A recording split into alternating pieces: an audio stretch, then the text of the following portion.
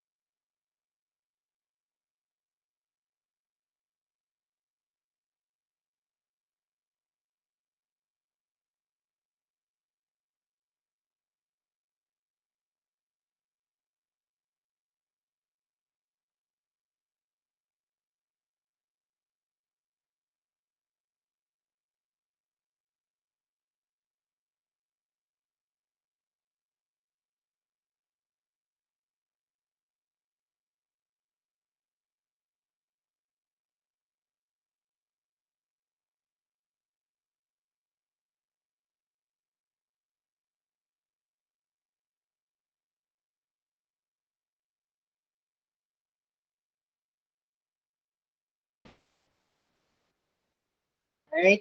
Good evening again, everyone. Thank you again for joining me tonight for our first sync class of InfoSec.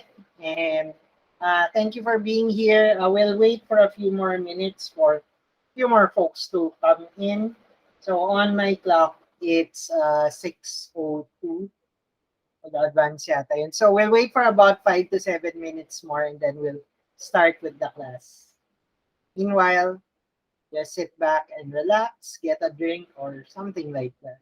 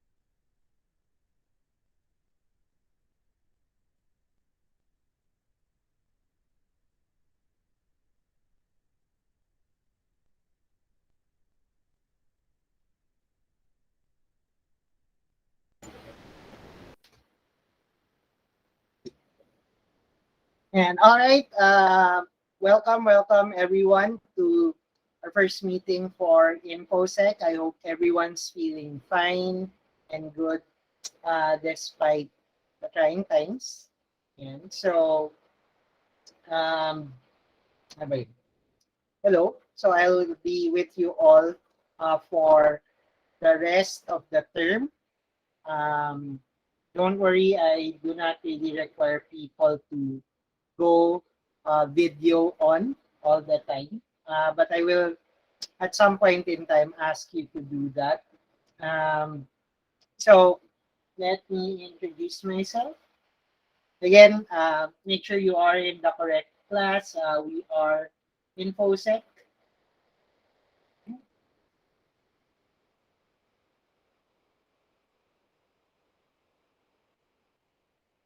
So for those who haven't had me as a teacher yet in Pinil, I'm Ronald Ramos. I've been in the IT industry for a lot of years. I've been in IT since 1997. So during all that time, I've had the fortune to be in different roles. Most of those roles, of course, were in development. And then after development, most of my other roles were doing user training because, as my first manager said, I seem to have the knack to be able to translate very technical items into something that non-technical people can understand. So, with that being said, we will be doing InfoSec for the entire term. Um, if some of you here were expecting us to become hackers at the end of the term, well, we won't. And there's not enough time for that. In fact, there's a separate course for it, formerly known as ethical hacking. Um, it's not offered in Benilde yet, but in my line of work, I have sent people to attend it. I've attended it myself, uh, and I try to keep up with what I learned about it. And so the keyword is it's ethical, not supposed to do anything bad, but I did learn it for the main purpose of educating myself so I can help prevent stuff like that from happening. InfoSec, which is what you guys are taking, is the base course for anything information security related. So for the entire term, we'll be looking at a lot of concepts that become very important to InfoSec. Hopefully, some of you will look at InfoSec as a great alternative as your IT career. So, before I get distracted anymore, so I'm Ronald Ramos and I've been working in IT for the past 20 plus years or since 97. Currently, I work for Smart, and that's why even when it was face to face, most of my classes were done at 6 o'clock because I would usually come from the office in Makati and travel to CSB. Um, but now, since it's work from home, well, I'm also working from home. So um, most of the classes I have are still at 6 in the evening. Ang nawala lang is the travel time, which is great because I can sit in front of my station the whole day, which you guys shouldn't do. You should occasionally stand up and stretch. Yeah. So I'm working from home right now. My normal 8 to 5 work is with Smart, but I do teach part-time in CSB. I also teach part-time in iAcademy, but CSB gets most of my part-time teaching. If you guys need to ask me something, don't be shy. I am almost always online on Facebook. So if you PM me, even though I don't see it immediately, I will eventually see it. So it's fine, especially if you have important questions. Yan. Wag lang tungkol sa pera. Wala ako nun. Yan. So, what I do for Smart, mainly I'm tasked with overseeing the technology curriculum for our people. I also teach internally in Smart, mostly technical topics ranging from um, macro programming in Excel to using Power BI to learning Python. On the side, I'm an mobile application developer for Android and iOS. In fact, that's the other subject I teach in Benilde, which is DevProg for device programming, which looks at Android. Occasionally, um, they asked me to also teach Xamarin Programming, which is Microsoft's mobile development platform. Ano pa ba yan? When I do get the time to indulge, I either find myself cooking. I like to think I'm a good cook. I also like to play with Lego. So that's my favorite toy in the world because the only limitations you have with Lego is your imagination. Give me a couple of bricks and given inspiration can build almost anything out of Lego. Yeah. And as you see in the picture, I like basketball. And I'm a big Boston Celtics fan. Uh, Fortunately, the Celtics seem to be in a funk, and they need to find themselves to play better. And I also like playing NBA 2K22 right now on most of my devices. So I used to be a big gamer, but I have had no time to seriously game in the past 5 years. So I think of myself now as a casual gamer. But I do play a lot of NBA 2K22 on my desktop or my laptop, or if I'm lazy lying in bed, it will be on my Switch. Wala lang ako siguro on the phone because it's too small now. Have a couple of gacha games on the phone, DC Legends and Gundam Breaker. Oh, and I like music. I play the bass guitar for a band called Blue with Envy. We used to do gigs, but the pandemic put a stop to that. We have not found a way to practice online because if you've ever played an instrument and you try to do it online, there's this lag in transmission. No matter how great your connection is, that we can't overcome. So then that sync is always off. So we tried it about a couple of times and gave up on practicing online. We thought we could start practicing again this year, but then the alert levels came up again. So hopefully they stabilize and we get some form of normalcy back. And that's my not so short introduction. Oh, I graduated with a biology degree from Ateneo, which is one of the big funny things in my life. I ended up teaching in a LaSalle school, which isn't so bad. The rivalry thing was a hype thing from basketball, and had a lot of great friends from LaSalle and a lot of annoying people from Ateneo too, for that matter. But graduated with a degree in biology. I thought I wanted to be a doctor. Did not want to continue studying 10 more years if I wanted to be a pediatrician. Ended up in IT, and fortunately, I was good at it, and I'm still in IT 20 plus years later.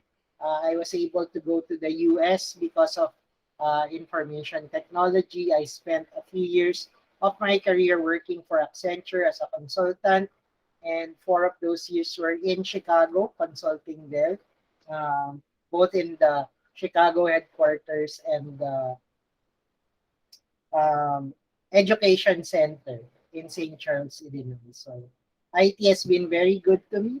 I've been able to see a lot of the world because of IT. And hopefully you guys feel the same way. Or what I like to tell people is, if you're not sure yet what you want to do, that's fine. As long as you're doing something productive, learn something, learn a skill, while you're not sure what you want to do with your life yet. Especially nowadays where everything feels like it's weird because of COVID. So that's my not so short introduction.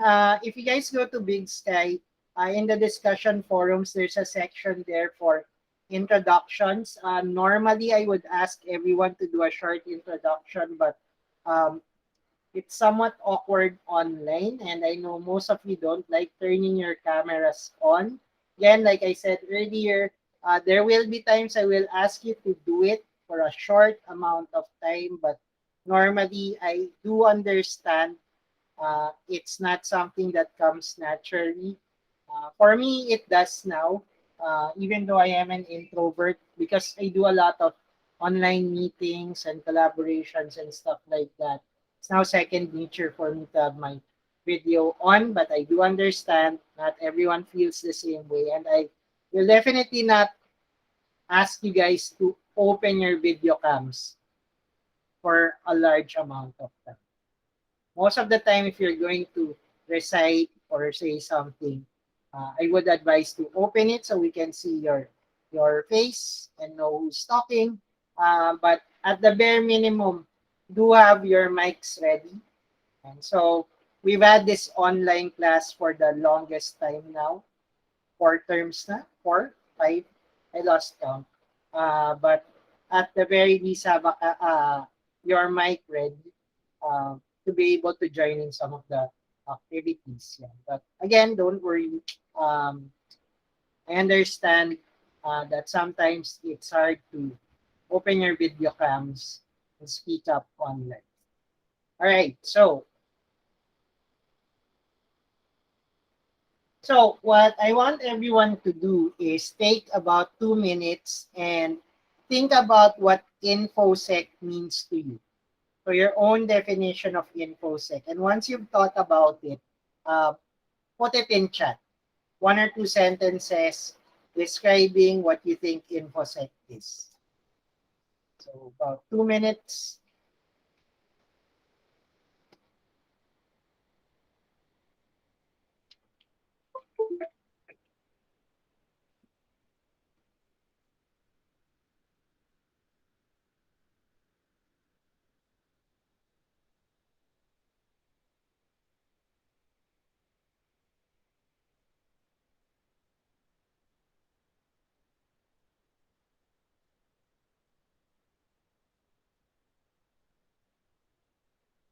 And thank you, Lisa, for your contribution.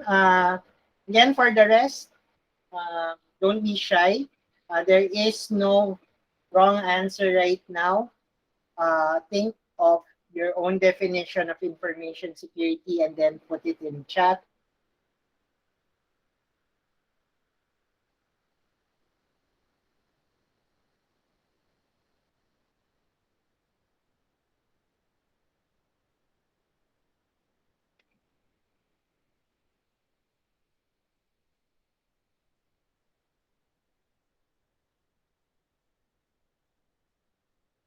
Thank you, Mark. Edwardson, thank you. Um, if you guys are looking at my video and you're seeing me turn my face, I have two monitors in front of me. So the center monitor is where my webcam is. So when you see me seeming to look at the audience and looking at the webcam, the chat is on my right side. So that's why I'm turning my face. And so there's a couple of folks who put in their thoughts. Thank you, everyone. So for the rest who haven't finished thinking about it, please do put in your thoughts. I'll go through some of the ones that are here already. Um, Lisa says it acts as a precaution, prevention, or avoidance of having your information leak. It's not only the leakage that it can prevent, but also secure that no one can access your information. It's a good definition. Uh, Mark says it's a vital aspect in terms of personal privacy as well as organizational privacy. That's true too. There's a lot of sensitive information out there. Um, Banks, for one, if you deal with banks, your information is sensitive and they shouldn't be just treating it lightly, like yung recent thing with BDO. Um, Edwardson says InfoSec is understanding the importance of everyone's information. Lan says teaches us how to be aware and be vigilant when protecting our data privacy from incoming hackers.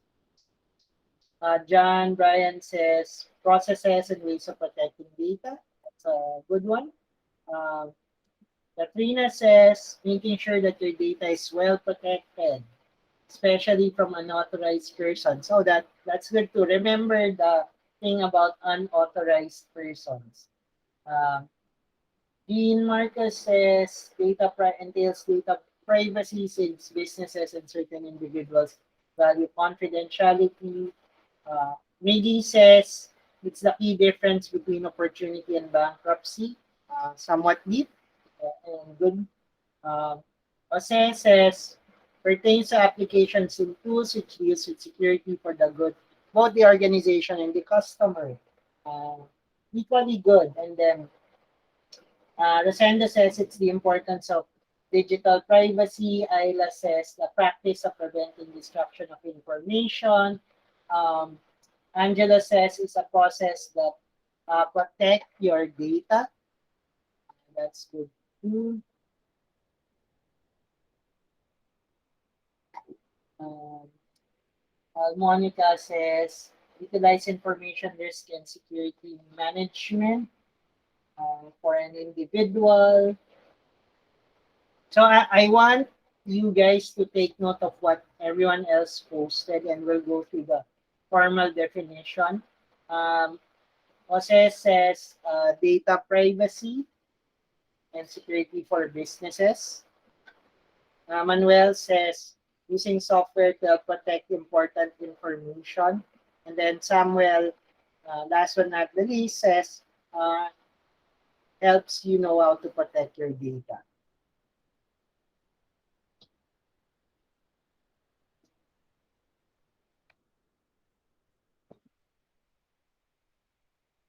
So let me bring up my presentation if I can find it.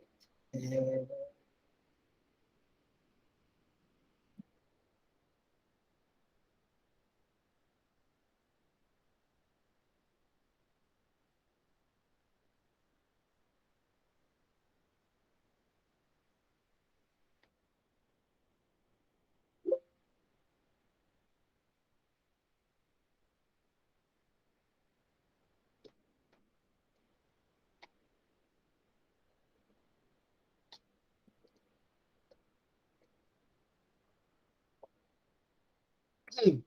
Okay, so tonight is a very light introduction to some information security concepts. We'll get the chance to hear more about them in the next few weeks. So what I want everyone to get at the very least from tonight is some familiarity with the terms involved with information security. So throughout the entire term, we'll go through a bunch of concepts. We'll look at the fundamental concepts of information security, how risk is related to those concepts, what threats we're looking at, how we can implement security uh, at the very least at a high level for different aspects. Look at cryptography, look at how to address security incidents, and then ensure the continuity of business operations based on certain concepts. So we will try to look at some techniques. I've even let you guys try out some techniques during the course of the SEM. And thank you again, everyone, for actively participating in the chat. Um, and without the chat, I will actually feel like I'm just talking to my monitor, which is most of the time. So if we look now at the the formal definition of information security, sometimes referred to as an InfoSec.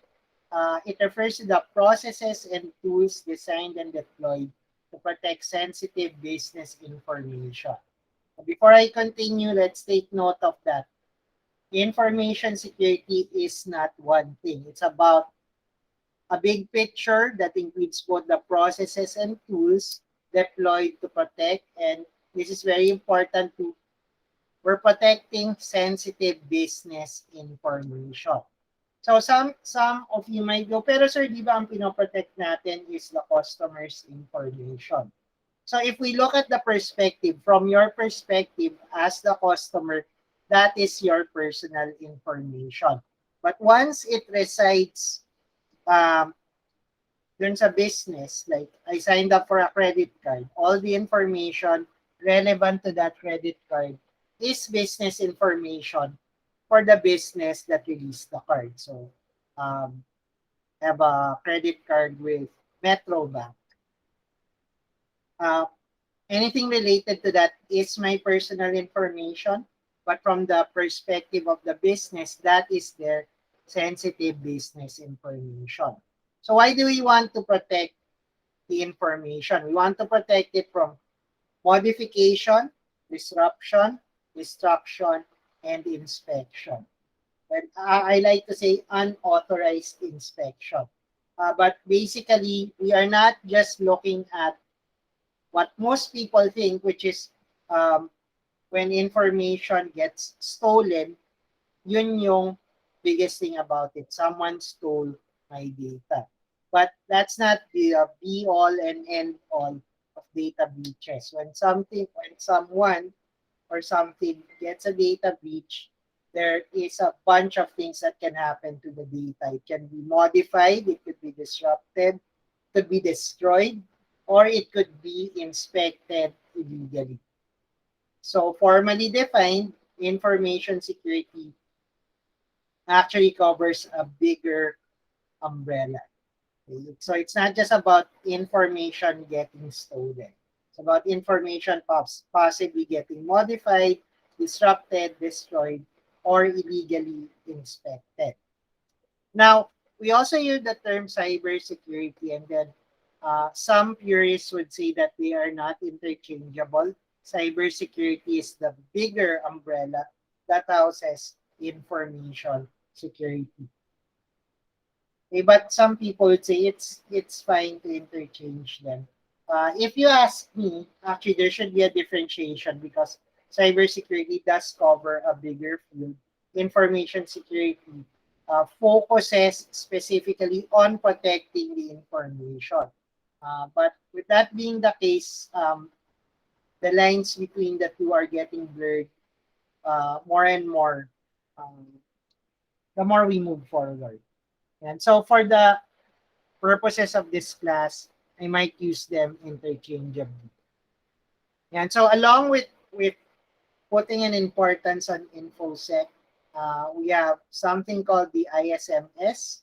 Uh, I know it says system there, Information Security Management System. We've interacted with a lot of systems in our lives, you guys.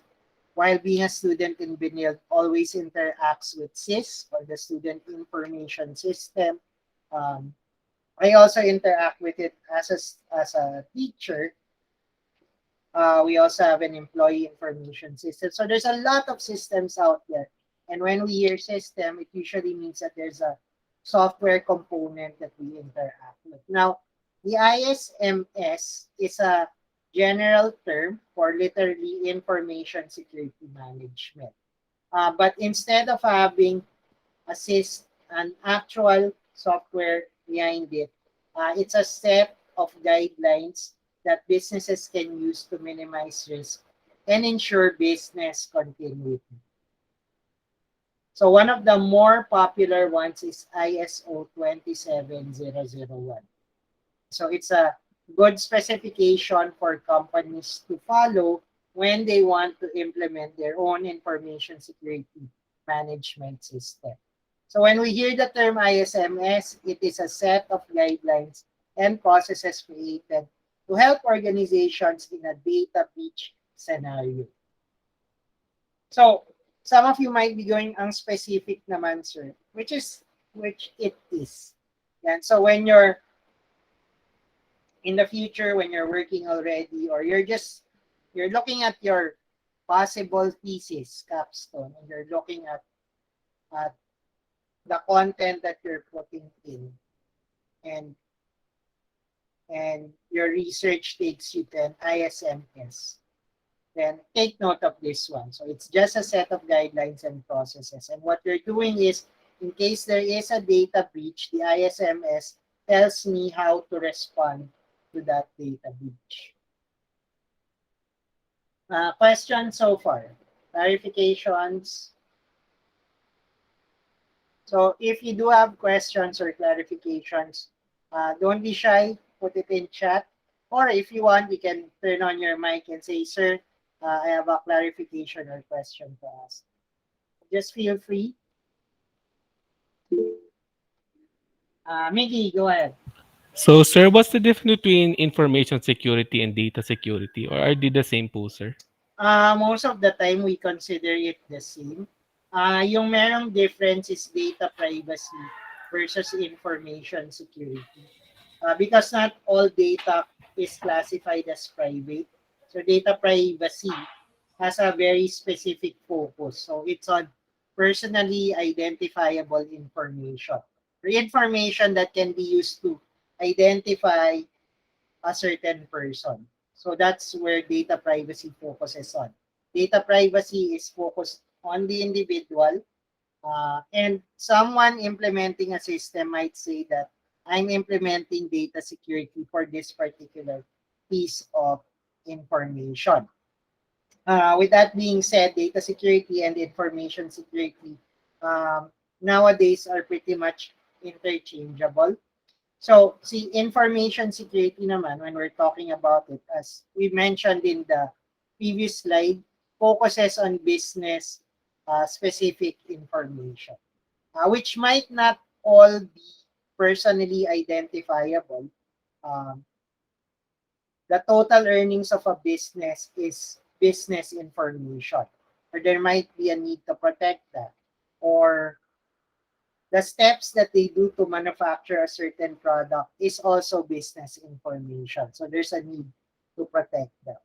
So hopefully that makes it clear. Well, unless it didn't, but I hope that answers your question. Okay. So thank you for that. Again, if anyone else has questions, feel free to ask the question. Malay nyo, the question you're thinking of might also be a question in the head of other people. When you're doing InfoSec, or even when you're doing data privacy, um, there's a lot of factors that you consider. So one is the ISMS, especially for big corporations, they want to implement one. The other one that you look at are the laws that you have to comply with regards to information security and data privacy. So the laws are specific to both your location as well as the location of your partners. So one of the bigger ones is the GDPR. If your business will do business in Europe, they have to comply with the General Data Protection Regulation, which was ratified in 2016 by the European Council and was implemented in 2018. So what the GDPR does is it's the European Council's guidance on data protection. And the main thing to remember about it, without going to the specifics of the GDPR, is um, at the top, when a data breach occurs, a company is required to inform the public. Right? So some of you might say, matik dapat yun, sir, pag nagka-date. Well, we all know hindi. As much as possible, companies don't want to tell the public that they were part of a data breach. Kasi sasabihin, unsecure, you don't take care of your customers' data and stuff like that. So, if you're doing business in Europe, your company is required to tell the public data breach notifications. Any company doing business in Europe must also have a distinct data protection officer or a DPO. You'll also notice if you look at organizations now that they do have both a DPO and a CISO. So a DPO is your data protection officer. Your CISO is your chief information security officer. Depending on how the organization is made or organized, they could be one person, they could be two different person, but at the very top of that usually is the CISO or chief information security officer. Um, if a user will give their data to you, they must always give their consent. So, so whether it's just compliance or like that, any form that you have should have it there specifically. Dapat very obvious na nakalagay, usually in the form of a checkbox that the user agrees to their data being used by your corporation. And then you have to take steps to anonymize the data for privacy. Again, all companies that operate within the EU must comply with these standards. And so that's the GDPR. We'll along the way we'll also see a couple of other laws that are relevant to information security. The thing to keep in mind is you're not just dealing with technical things, you are also dealing with legal things.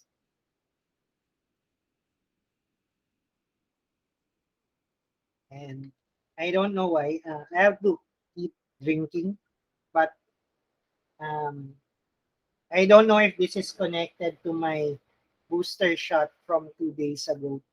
My lips have been dry for the past 2 days, and they're dry to the point that it's cracking and it's somewhat painful if I don't keep on moisturizing them. So I keep drinking. But anyway, yeah, so that's a GDPR. And like I said earlier, um, information security the past 5 years has become a big part of IT to the point that companies have created distinct InfoSec teams or departments where data it's just five, three people working on it. Now, for a lot of companies, there is a distinct department for information security. And because of that comes job specialization, where your job description entails information security. So at the top of that chain is the CISO, as I mentioned, your Chief Information Security Officer.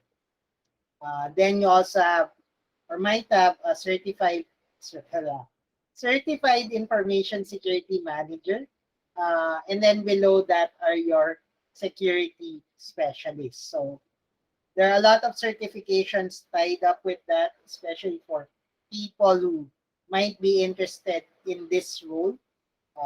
For example, you're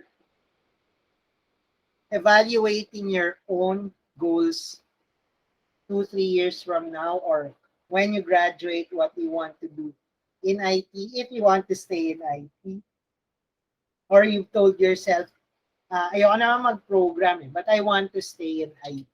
So one of the bigger roles available now is to be part of cybersecurity. In terms of certifications, one of the baseline certifications is Security Plus by CompTIA, which I have. Um, is it a hard certification to get? There's a lot of concepts. Um, Again, for those who are interested, um, I attended. Well, I asked Smart to sponsor me. So, ini-sponsor naman nila because I was able to justify that I needed to attend it as part of my work. Um, so, I attended Security Plus, yung training. And from attending that 5 day training, it was very intense. 8 hours a day of training for 5 straight days. Uh, and they discussed a lot of different things from just concepts to actual technical stuff like using Kali Linux, all super compressed in 5 days. So, fortunately, I was familiar with most of the stuff they were discussing. So, medyo masakit lang ulo ko. But it was really intense and um, I took the exam, but being me, hindi ako nag-review. So I failed my first take at the certification, which was irritating because after taking the exam, um, so the exam is supposed to be for an hour. I finished it after 30 minutes. And then my first instinct is to just pass it without reviewing it. That's I always believe that's how I I graduated from college. Don't be like me. Um, I have always relied on stock knowledge, which sometimes puts me in trouble. So this was one of those cases. Didn't really review much for my Security Plus exam. So I finished it early, and I was looking at I took it with some office mates, and they were still taking their exams, and I was going like, uh, oh, oh no, ang aga ko natapos. Maybe I should review my exam. So I did. I reviewed my exam. And um, so one thing that you guys should remember is a lot of times if you did study for your exam, whether mababaw or hindi, and you took the time to understand some of the concepts, even if you think you forgot it, when you're taking an exam, your brain will actually remember the relevant information. Ang problema lang is because you're unsure, doubt comes in, and then you try to change things kasi parang this one sounds better. Yan. So certification exams are tricky because they have similar answers, and you really have to try to understand and pick out the one that best answers the question. So, making the longer story shorter, I changed three of my answers before submitting, and then I submitted it, and electronic siya. So I got the result about 5 minutes later. Sabi nung proctor, "Sir, dahil di mo na pinalitan yung isa mong sagot. Kasi if you didn't, pumasa ka dapat." So I failed that first certification by one question, which totally pissed me off. Because I doubted myself and changed three of my answers. Sayang the three answers you changed were already correct. But I went back, studied better, and got my certification eventually. I need to take it again because it expires after 3 years. Pero because of COVID, which is my excuse, I have not reviewed for it. The other one is CISSP. So at work, in Smart, those are two certifications um, that we get for qualified people. I mean qualified in the context of they do well at their job, and they are being groomed to do bigger things. So at work, not everyone gets certification because certification costs money.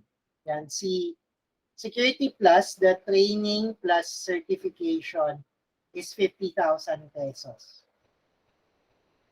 So I got Smart to sponsor it for me. Since I failed the first exam, I had to pay 11,000 pesos to retake the exam.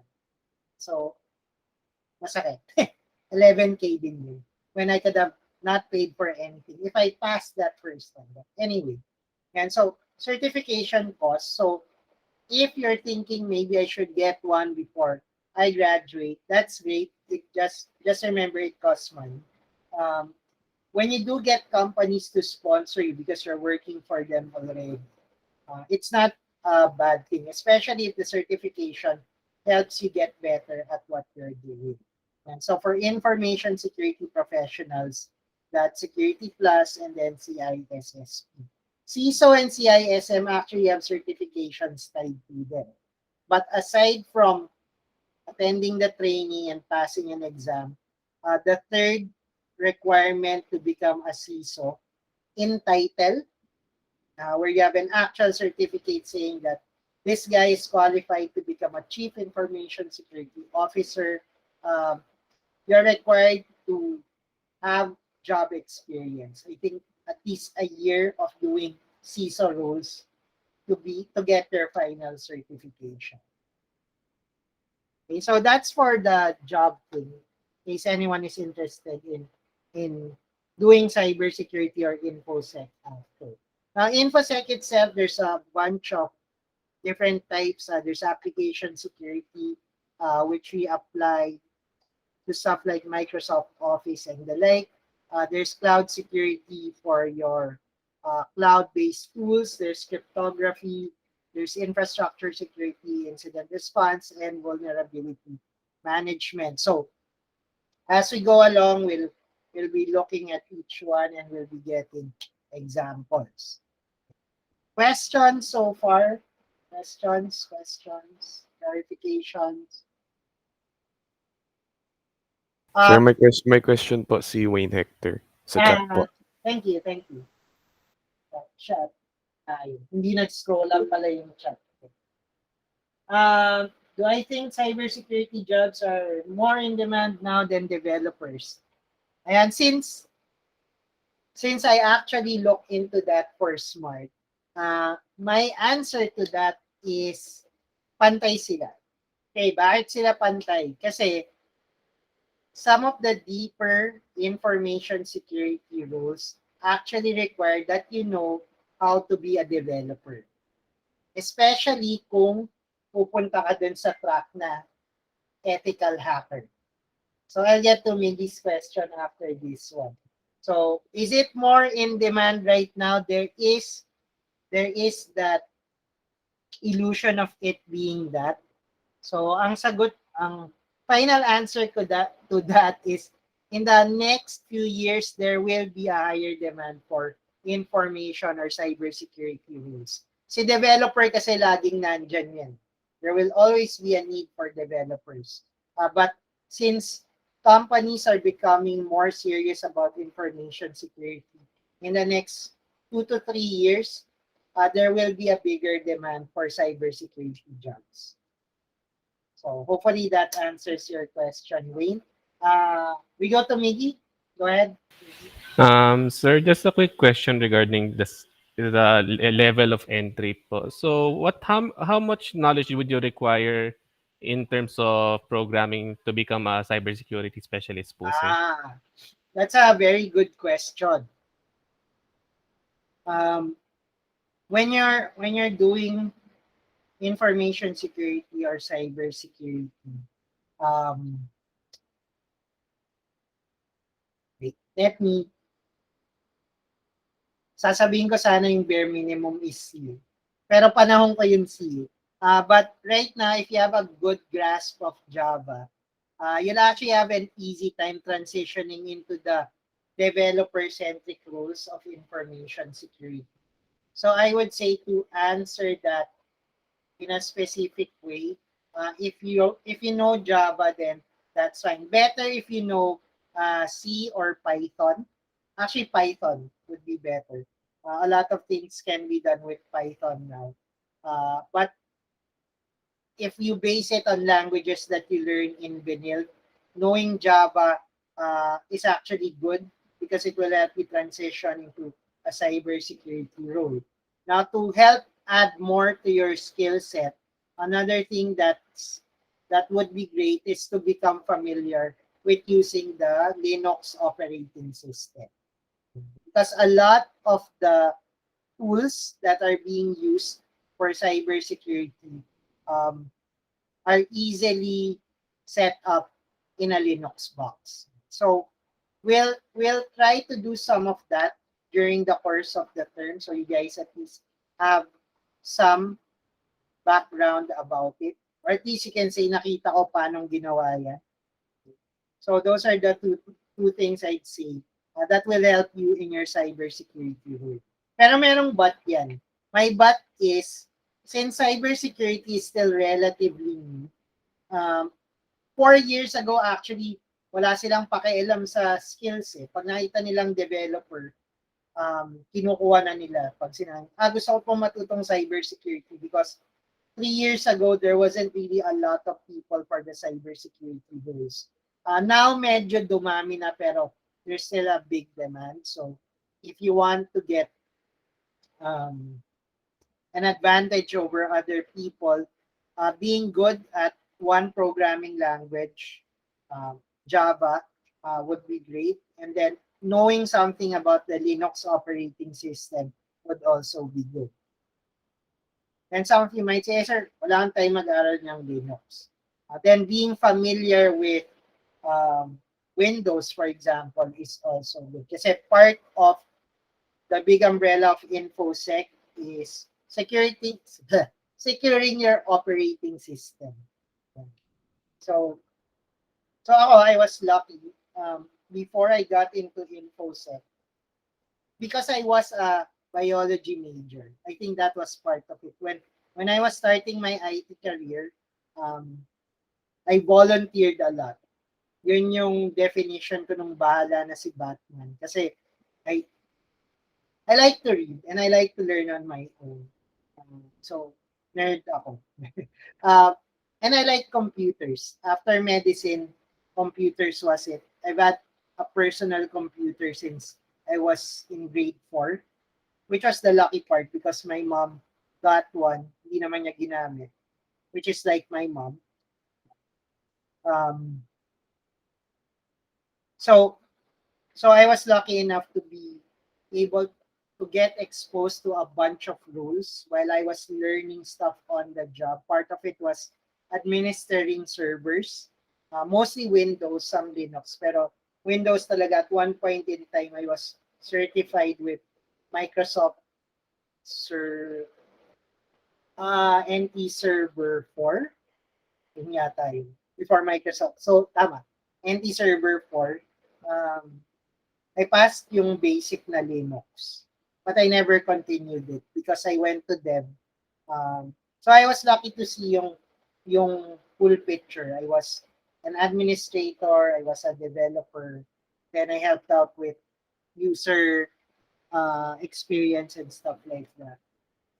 But for you guys, since you're still in school and hopefully you have the time to do your own learning, yun yung ano, to answer me this question, Java is good because you already have Java. If you have the time and the inclination, probably learn Python too, and then also learn to use Linux. So hopefully that gives not just Miggy, but the rest of you an idea of what it takes to go into InfoSec. Other questions? So, in terms of some of the basic concepts, we already defined it, but just to expand on that, we are protecting available information or information resources from, yan. Take note, very important, yung unauthorized access. We are not trying to prevent people from not being able to get info they need to do their work. What we are trying to prevent is people who don't need to see that information, seeing the information. Attack, theft, or data damage.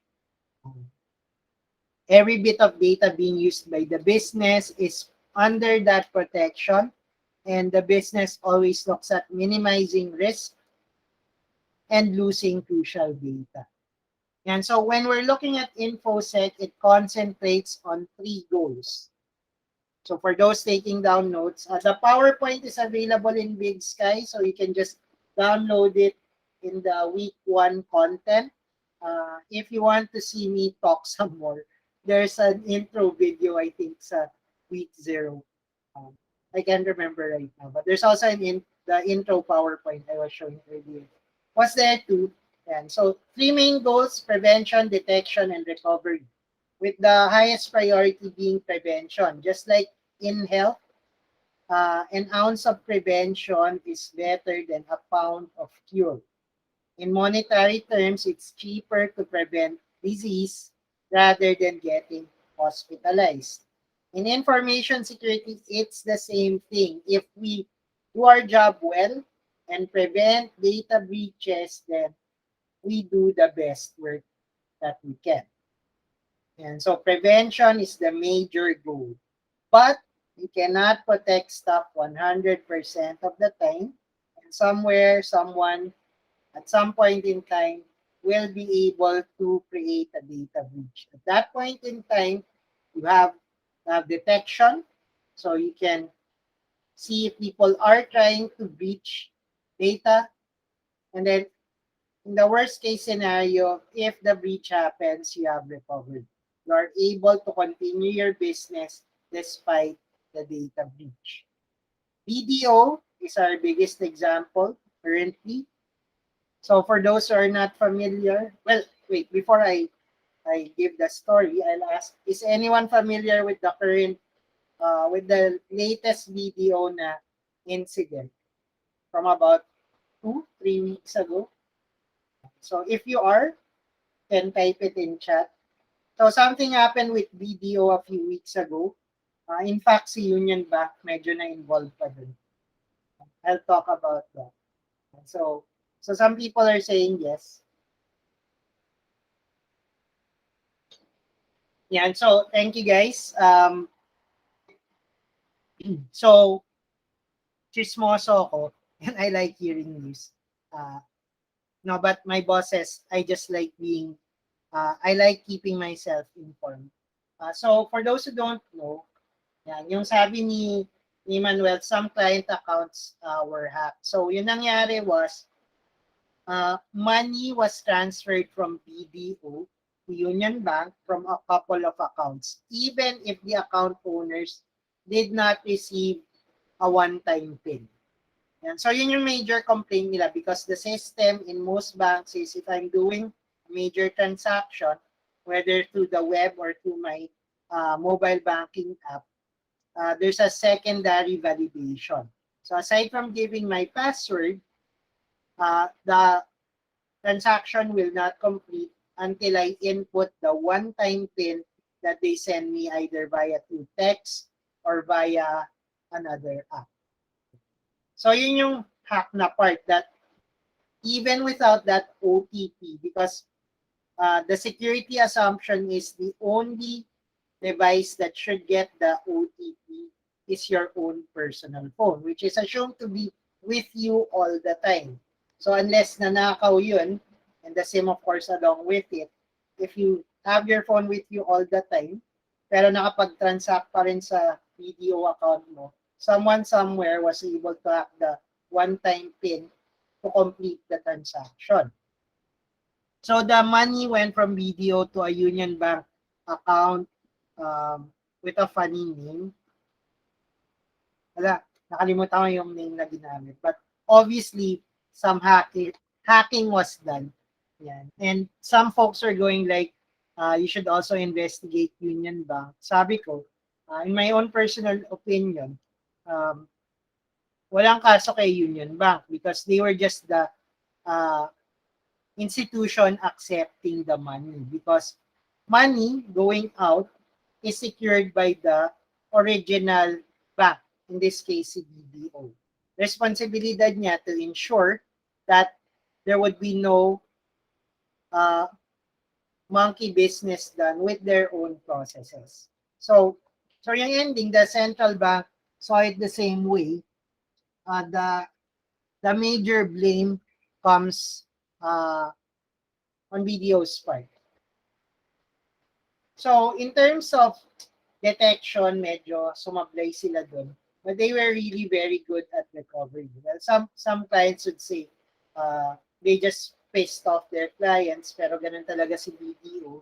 Yung joke nga is, no offense meant in case some of your parents work for BDO.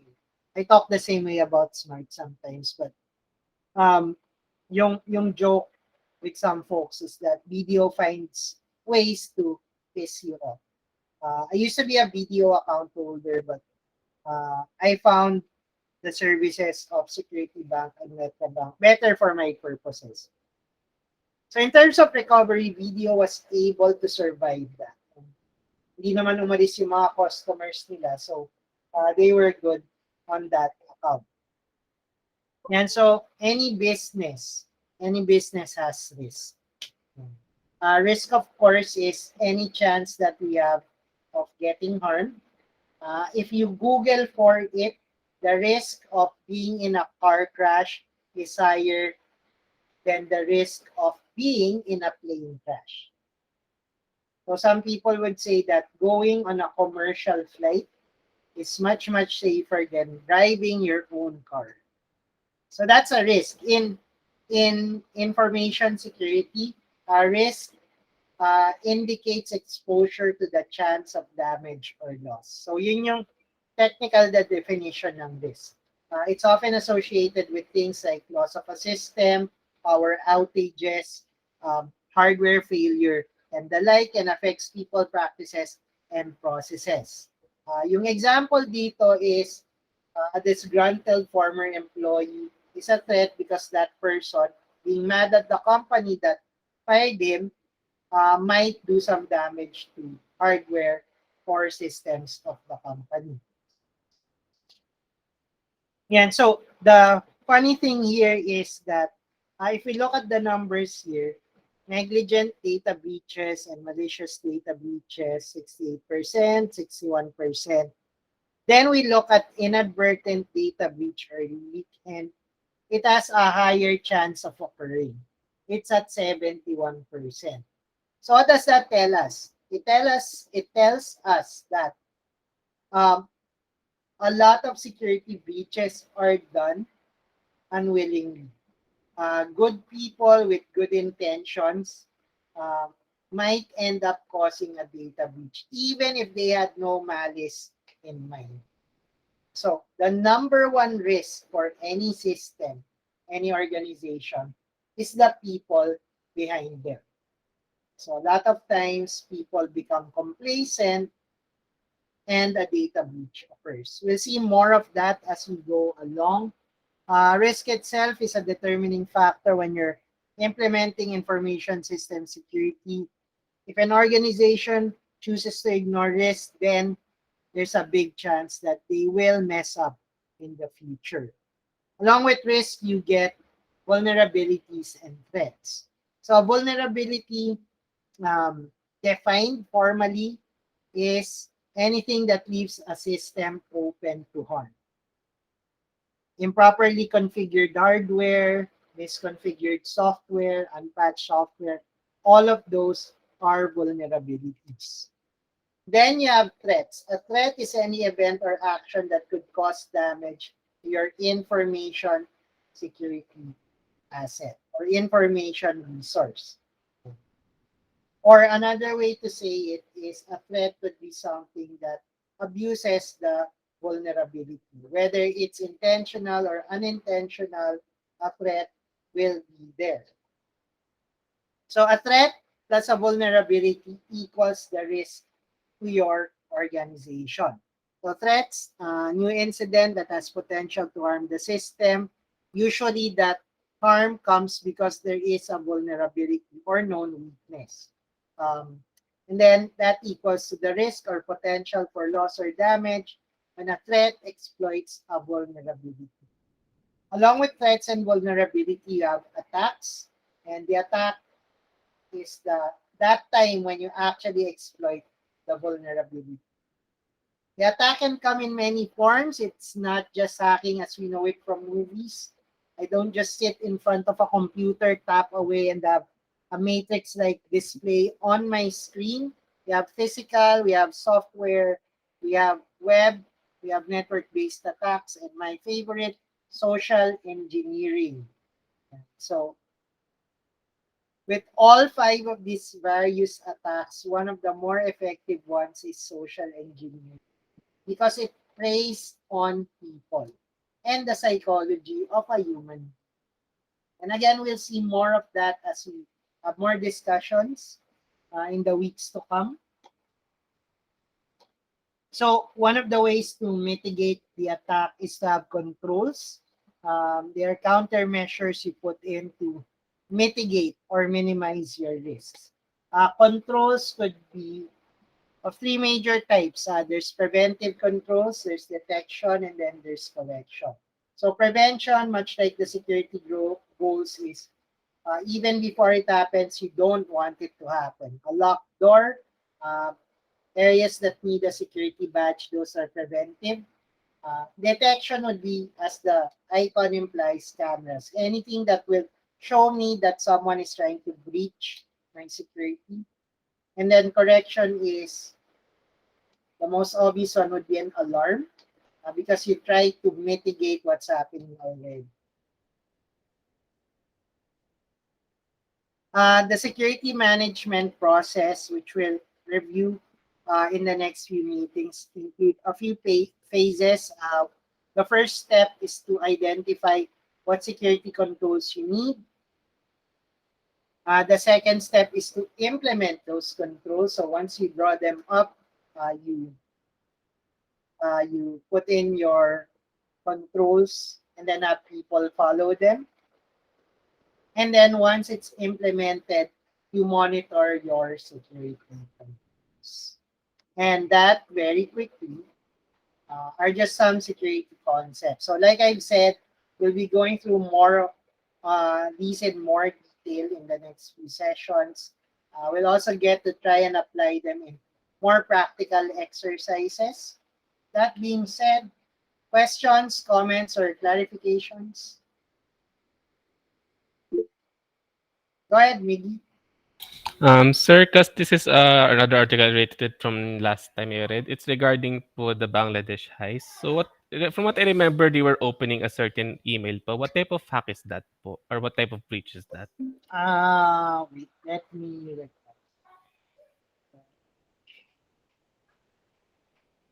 Because it was important from what I remember because we were involved because all the money was transferred po to Pagcor.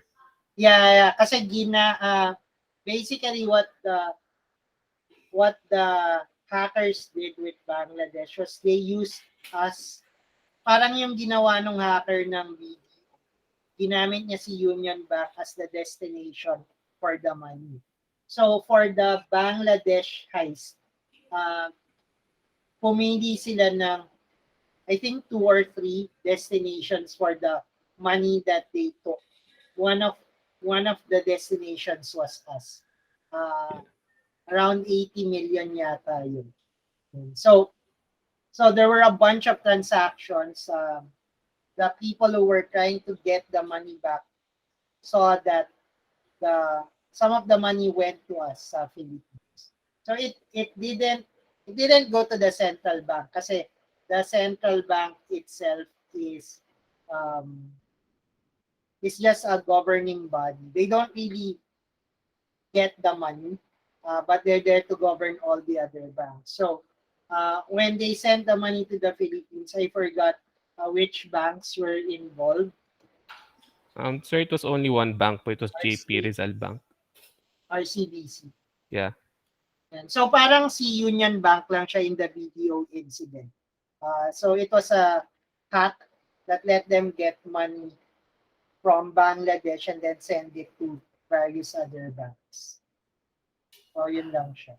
Um, so our main involvement, or si RCBC, the main involvement they had was the hackers had an account in RCBC that they were able to send money to. I can't remember if they also hacked yung account sa RCBC or they had an accomplice na merong account talaga so it could receive that money. Okay Um, po, sir. I'll try to recall nga yung details. But it's a straightforward hack just involving transferring money from one bank to yung various destination banks. But it was a lot of money. And yun nga, majority of it, well, hindi naman, but a big part of it got to the Philippines. Alright? Thank you, Miggy. I-recall ko tuloy yung 2 years ago or last year. A few years ago.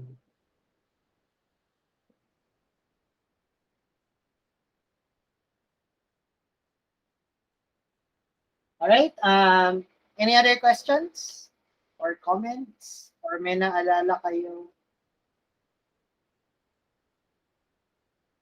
Actually, if you guys do recall your own story, ayan. Jose, go ahead. Oh, sir, will the recordings be uploaded? Yes, thank you for that question. Um, Before I forget, so a couple of things. One, as soon as the recordings are available, I post a link in Big Sky. So for those who want to review them, they can review them. What I do is I download the recording from Google Meets and then upload it to my YouTube channel. For a couple of reasons. Well, one, in case you're afraid that you might get publicly exposed kasi nasa YouTube siya. I do not post it as a public video. I just post it as a link, so only the people who have the link have access to it. And I post the link in Big Sky, so theoretically, the only people who know the links to the class videos are us, the people in the class. So yun yung answer to Jose's question. I do upload the videos as soon as they're available. Two, in terms of submitting requirements to me, there will be deadlines, of course, but I will give you all ample time to be able to do them. In case something happens and you can't submit on time, I do accept late submissions up until a certain point, but I do accept late submissions. The caveat, of course, is if we turn in anything late, there will be deductions for that lateness. Kasi even in real life, where we don't have grades, but we do get paid, if I submit something late, I will have pay deducted from me. So yun lang yung kailangan tandaan. Three major things. One, this will more or less be our regular class time. So I will meet you guys once a week on Thursdays, unless something changes in the office, and then unless you guys say that it's better if we meet on Tuesdays. Okay, but for now, I'm saying that it's Thursday nights we'll meet. And then I will be leaving activities.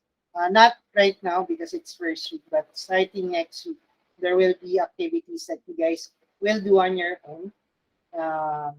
So second, all the activities will be in the Dropbox section of Big Sky. So just make it a habit to check that. And then third, third is I'll upload the recordings, and then fourth is in case you are late with submission, don't worry about it. I will still accept your submission. That's about it. If I remember anything else, Ayan. Please do join the FB group. The link is in Big Sky. I post the announcements there. I also post it in Big Sky, but FB provides a notification. I'm just assuming that everyone has the FB app most of the time, so they get notified. So I'll put announcements in the FB groups too. So thank you guys for joining me tonight. Stay safe, enjoy the rest of your night, enjoy dinner, and I'll see you all again next week. If there are no more questions, you can call it a day and sign off. Bye-bye. Thank you, sir. Thank you po, sir. Thank you, sir. Thank you, sir. Thank you, Thank you, sir. sir. Po. Sir. Thank you po, sir. Thank you, sir. Thank you, sir. Thank you. Thank you, sir. Thank you po.